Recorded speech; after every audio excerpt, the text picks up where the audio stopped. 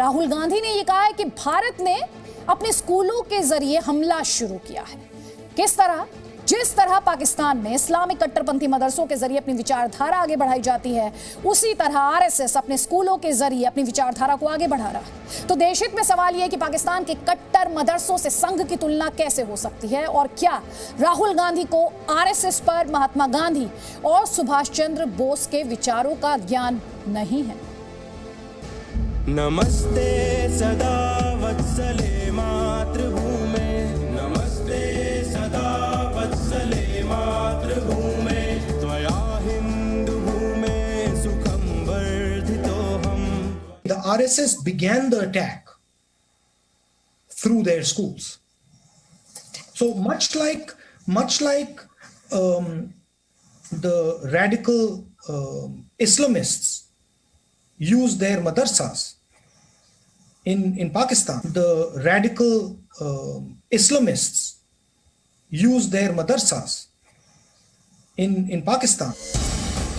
संघ से जंग के चक्कर में पाकिस्तान में कट्टरपंथ का पाठ पढ़ाने वाले मदरसों की तुलना आरएसएस से करने वाले राहुल गांधी को पहले ये दो बयान ध्यान से सुनने चाहिए। संघ को लेकर पहला बयान महात्मा गांधी का है और दूसरा बयान उनके परनाना जवाहरलाल नेहरू का। महात्मा गांधी ने कहा था, आरएसएस के सामाजिक कार्यों में मैं राष्ट्र हित देख रहा हूं, व्यक्तिगत चरित्र ध्येय के प्रति प्रतिबद्धता है। और जवाहरलाल नेहरू ने कहा था, कांग्रेस का संघ के साथ वैचारिक मतभेद हो सकता है, लेकिन देश पर संकट हो तो हम एकजुट होकर काम करें। लेकिन पाकिस्तान के मदरसों से संघ की तुलना के चक्कर में राहुल भूल गए कि दुनिया में अगर पाकिस्तान आतंकवाद का सबसे बड़ा गढ़ है तो वहां के मदरसे आतंकवाद की nursery. The RSS began the attack through their schools. So much like the radical Islamists use their madrasas in Pakistan, much like that the RSS uses its schools to push a particular worldview. तो सबसे पहले राहुल गांधी के लिए जानकारी ये है कि RSS सीधे तौर पर कोई स्कूल नहीं चलाता। संघ से जुड़ी संस्था विद्या भारती देश भर में स्कूल चलाती है।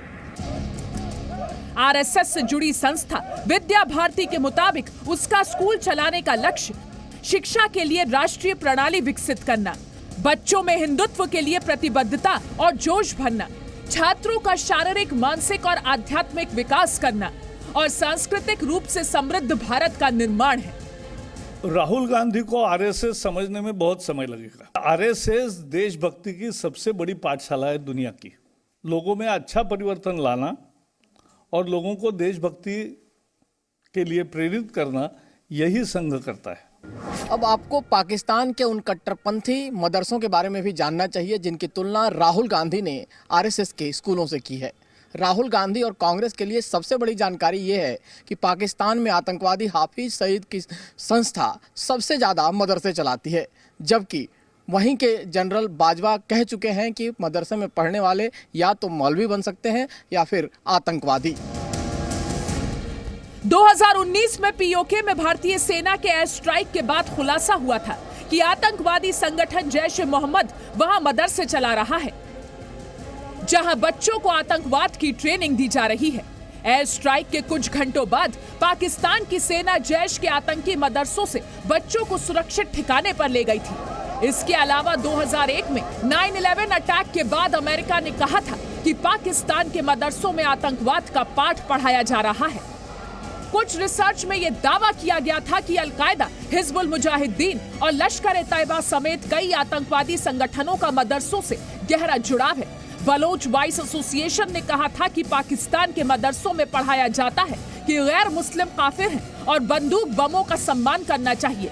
पाकिस्तान के मदरसों में यह भी सिखाया जाता है कि गैर मुस्लिम महिलाओं को मारना चाहिए, नहीं तो वो गैर मुस्लिम बच्चों को जन्म देंगी। इसलिए सवाल सिर्फ राहुल के संघ ज्ञान पर नहीं है, सवाल उनके बयान की टाइमिंग पर भी है।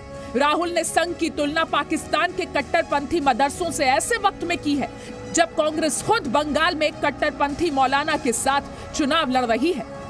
सवाल यह है कि राहुल का संघ पर बयान क्या कट्टरपंथियों को खुश करने के लिए है? ब्यूरो रिपोर्ट, जी मीडिया। संघ को लेकर भारत के महापुरुषों के विचार क्या हैं, आज देश हित में हम आपको ये भी बताने जा रहे हैं। लेकिन उससे पहले आपको ये जानना चाहिए कि संघ पर राहुल गांधी के विचार और पाकिस्तान के प्रधानमंत्री इमरान खान के विचार कैसे एक दूसरे से 100% मैच करते हैं। हमारे सामने एक बड़ी खौफनाक आइडियोलॉजी खड़ी है। इस आइडियोलॉजी जो आरएसएस की आइडियोलॉजी है, जिसके ये बचपन से मेंबर हैं नरेंद्र मोदी, ये आरएसएस की आइडियोलॉजी ने अपनी इंस्पिरेशन हिटलर की नाजी पार्टी से ली थी। The RSS began the attack through their schools. So much like the radical Islamists use their madrasas in Pakistan, much like that, the RSS uses its schools to push a particular worldview. Rahul Gandhi तो ऐसे बात कर रहे हैं जैसे संघ ने ये स्कूल चलाने 2014 के बाद शुरू किए हैं। अब आपको ये भी जानना चाहिए कि देश के किस महापुरुष ने संघ को लेकर क्या कहा। आरएसएस के सामाजिक कार्यों में मैं राष्ट्रहित देख रहा हूं। महात्मा गांधी क्या सोचते थे, उनका कोट आप इस वक्त स्क्रीन पर देख रहे हैं और मैं उन्हें ही कोट कर रही हूं। व्यक्तिगत चरित्र ध्येय के प्रति प्रतिबद्धता है, ये महात्मा गांधी ने कहा। कांग्रेस का संघ से वैचारिक मतभेद हो सकता है, लेकिन संकट के वक्त देश को एकजुट होना चाहिए, ये पंडित नेहरू ने कहा। और हमने आपको हमारी रिपोर्ट में भी उनका ये कोट दिखाया। संघ की देशभक्ति, इस वक्त आप पंडित नेहरू का कोट देख रहे हैं। अगर जनसंघ फांसीवादी है तो मैं भी फांसीवादी हूं, ये पंडित नेहरू ने कहा। संघ की देशभक्ति किसी प्रधानमंत्री से कम नहीं है, ये जयप्रकाश नारायण ने कहा। और समाज को संगठित करने में संघ का बताया हुआ मार्ग ही सही है, ये सुभाष चंद्र बोस ने कहा।